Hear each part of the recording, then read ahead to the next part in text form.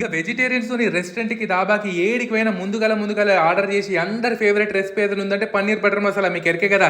మరి ఇంట్లోనే రెస్టారెంట్ స్టైల్‌లో చేసుకుందాం పాండ్రి. ఎట్లా చేయాలో చూపిస్తాను.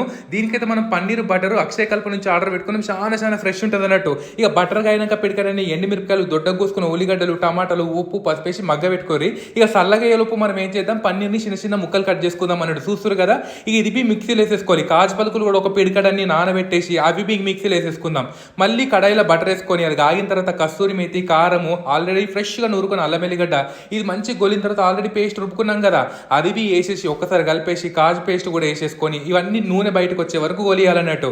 గోలిన తర్వాత మన నీళ్ళు పోసుకొని మీదికెళ్ళి గరం మసాలా, జీలకర్ర పొడి వేసుకొని ఈ పన్నీర్ ముక్కలు దీనిలో వేసేసుకొని ఒక 5 నిమిషాలు నూనె బయటకు తేలేంత వరకు ఉడకబెట్టి ఉడుకుడుకు పూరీలతోని, రొట్టెతోని, బగారా రైస్తోని దేంతో తిన్నా సరే పన్నీర్ బటర్ మసాలా అయితే చాలా రది. ఇప్పుడైతే మీరు ఇంట్లోనే ట్రై చేయండి.